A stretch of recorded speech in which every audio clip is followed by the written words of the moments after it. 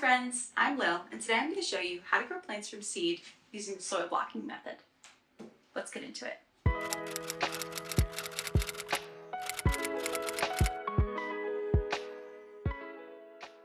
If you've grown plants from seed before, you're probably familiar with something like this. This is a pretty typical way of growing plants from seed. Every plant gets its own container. Soil blocking, on the other hand, gets rid of the containers. Instead, we're making these freestanding blocks of soil that we can grow our plants right in. Because there's no container trapping plant roots, it prevents root-bound seedlings and can create a healthier, more robust root system. The lack of container also prevents root disturbance when transplanting, which makes planting out a breeze. So now that you know a little bit about how great soil blocks are, let's go make some. All right, welcome to my seed starting space, also known as my unfinished basement. It's not pretty, but it works. So let's start by going through the supplies we need to start seeds with soil blocking. First off, the most important thing, our soil blocking tool. This is what we use to compress our soil into those blocks that we're going to be using. There's 3 sizes that I have here. All of mine are from Ladbrokes soil blockers. I have the Micro 20, which is the smallest size. They're 3/4 inch blocks, and there's 20 of them per press. The Mini 5, which is the next size up. These are 1.5 inch blocks. There's 5 of them to a press, and they have the bigger dibblers that are removable from the press. The next size that I have is the Micro 4. This is a 2-inch square block, and it has the 3/4 inch cutout press out in the middle, which is perfect because that's the exact same size as these small blocks. So if you're wanting to start small and pot up, this is great. It means that you don't need containers to pot up. You can use a bigger freestanding soil block, plus it's incredibly satisfying to put the tiny blocks in the big one. So those are the 3 sizes that I have. I recommend starting with the middle size, the Mini 5, the 1.5 inch size one. It's the easiest to use. It's also the most versatile in size. Second thing is some kind of tray to soil block onto. I prefer these fiberglass food service trays. They're super durable. They'll last a really long time. They're really lightweight. They can be a little bit pricey. I went ahead and just got these at the very beginning because I'd rather get something that's gonna last me a long time than get something that's plastic, that's maybe gonna crack or break or wear out, and then I'm gonna have to keep purchasing. All you need is something with a rim so that you can water your seedlings without it spilling everywhere. So if you have something that will work, use that. I'm all for using what you have. If you don't have anything that will work, highly recommend using these. They will last you a really long time. We're also gonna need some kind of scraper. This can be a paint scraper, doesn't have to be fancy. This one, the handle's broken, still works. You'll also need a couple of buckets. We're going to be doing some mixing. So you'll need some buckets to mix your soil in, have your different ingredients in as we work through that process. We're going to make a custom mix. Potting soil isn't necessarily made to work in this way. And so we're going to make a custom mix so that our soil works really well in this system. The recipe is in parts, so 1 part this, 1.5 parts that, etc. You just need some kind of container as a measuring cup of sorts. It doesn't matter what size it is, whatever size batch you want to make, that's up to you. I'm using a recipe by Bree at Blossom & Branch Farm. She's awesome. I will link her recipe below. Go check her out. There are many recipes out there. The other one I tried, I didn't have nearly as good success with, so I've stuck to this recipe. Check it out, see what is out there. There's various recipes that call for different ingredients that you may or may not have. Her recipe requires a peat-free soil mix. Specifically, the one she uses and the one that I have been using is this Coco Loco one from Fox Farm. Again, it's important to be peat-free because peat is one of our biggest carbon sinks, and it takes a really long time to grow. Next up, we have coconut coir. This comes in blocks for shipping, so it's dehydrated and pressed into blocks for shipping purposes, and then you can rehydrate it when you get it. So this is what it looks like when it's rehydrated. I just stuck it in this bucket, added some hot water, and let it sit for like 15 to 20 minutes. You can do this step at any time. So if you're planning to do soil blocking soon, you can rehydrate your coconut coir ahead of time, just as one less step to do. Next, we have green sand. This is a soil amendment. I have a massive bag of it because I grow a lot of things. So I buy it in bulk, but you can buy smaller bags of it. Next, we have a granular mycorrhiza product. You can buy many different kinds of these. This is the one that I have. Last thing is optional as well, and that is some cinnamon. I like to toss some cinnamon into the mix. Cinnamon is said to help with algae formation in your soil blocks. Sometimes you can develop algae in your soil starting blocks from all the moisture and the light and the dirt. It's not a huge problem. I've had algae on my seed blocks and they've done fine before. I just like to make sure it doesn't get too out of hand, and the cinnamon can help with that. You can also sprinkle cinnamon on the top of your blocks as well. This is a soil sifter. What this does is it just takes out the really chunky bits of the potting soil before you start using it. Because we're working in such small sizes and because we are growing plants from little tiny baby roots, if there are chunky pieces of wood or rocks in your potting mix, it can mess with the formation of blocks, and it can also prevent those initial roots from being able to find soil. So that's why we like to have a sifted soil. First off, we're gonna make our soil mix. Super simple. All we're doing is adding all these ingredients together, mixing. You can mix however you want. I just do it by hand because it's easy. And that's our base soil mix that we're gonna be working with. All right, so we're gonna need some kind of container to wet our soil and make our blocks in. I'm using this old freezer ice bucket because we found it in our basement and it works. So it doesn't have to be fancy. Use what you have. All right, we're gonna add some soil and we're gonna hydrate it. My hose makes weird noises. Just don't worry about it.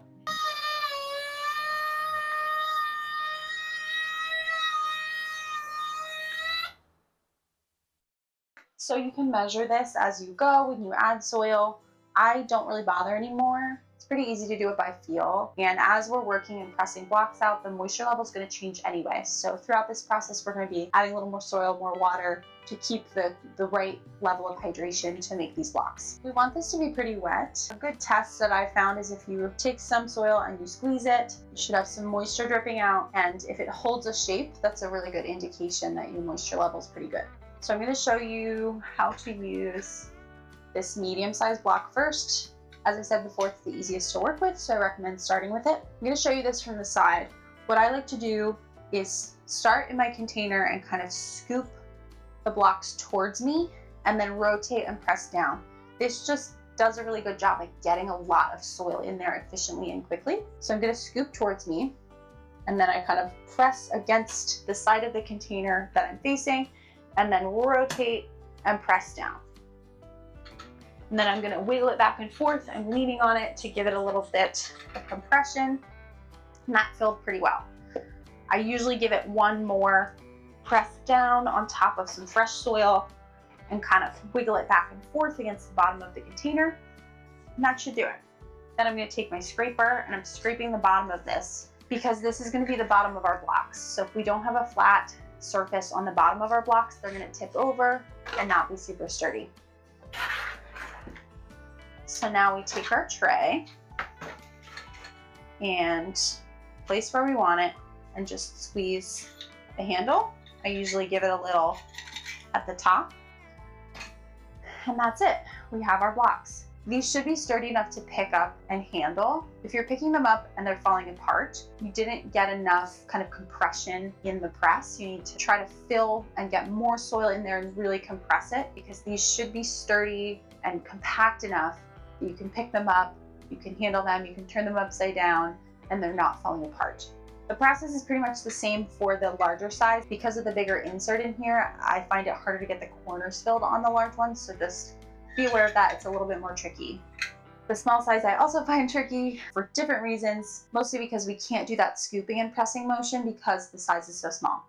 So for these, we're just pressing down and wiggling. It usually takes a couple presses. I find that the moisture level for the smaller press has less wiggle room. So for the medium size, there's kind of a working area I'm within that these will press even if the moisture is not spot on. I find I have to kind of work with the moisture in the mix back and forth to get just the right amount in order to do the small ones really easily.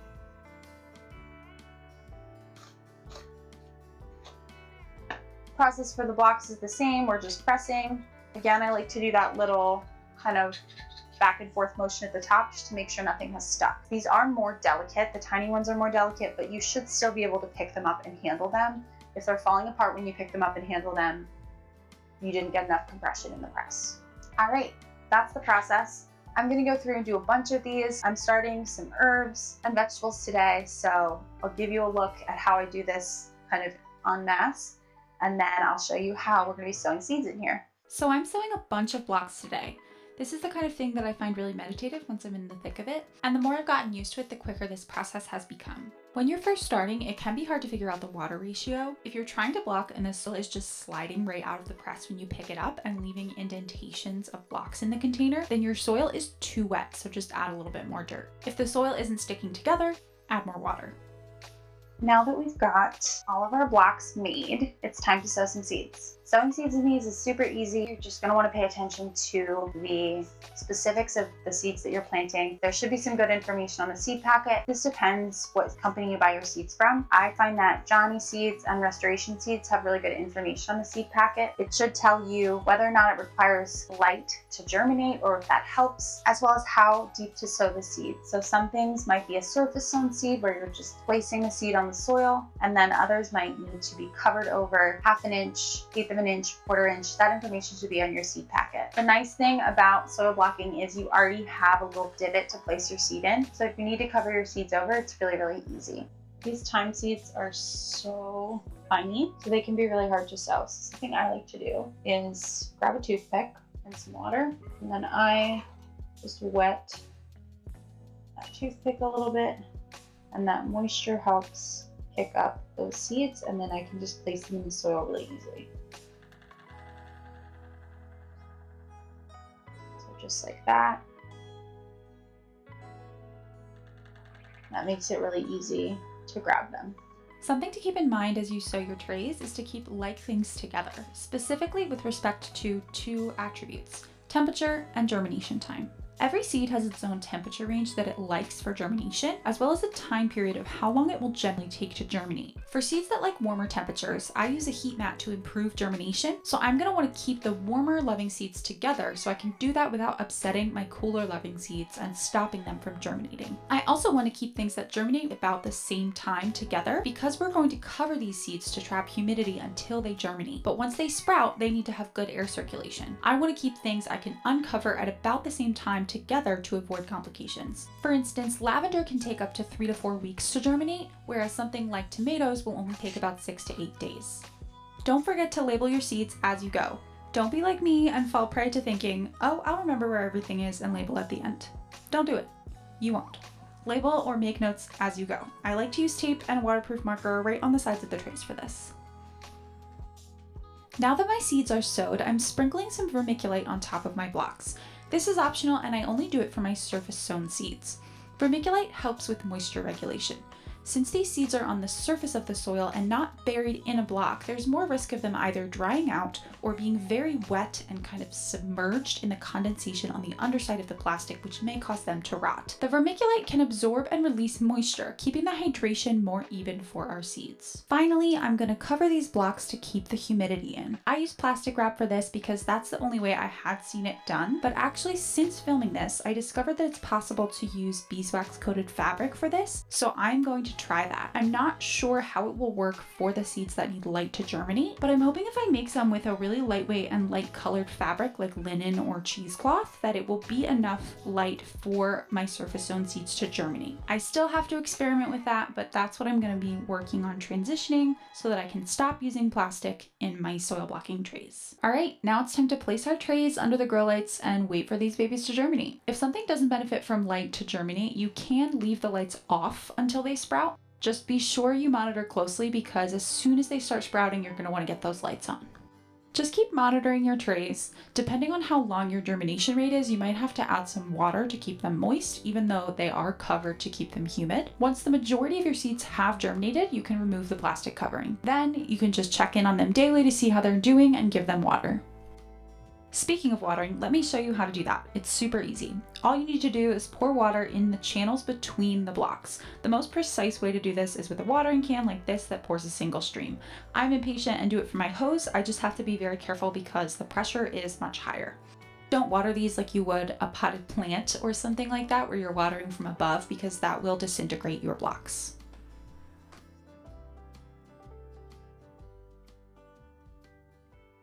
All right, I finished blocking and sewing everything. I'm at my seed starting trays, and I wanted to show you what I've got going on right now. These are some lisianthus that I had previously sown quite a while ago.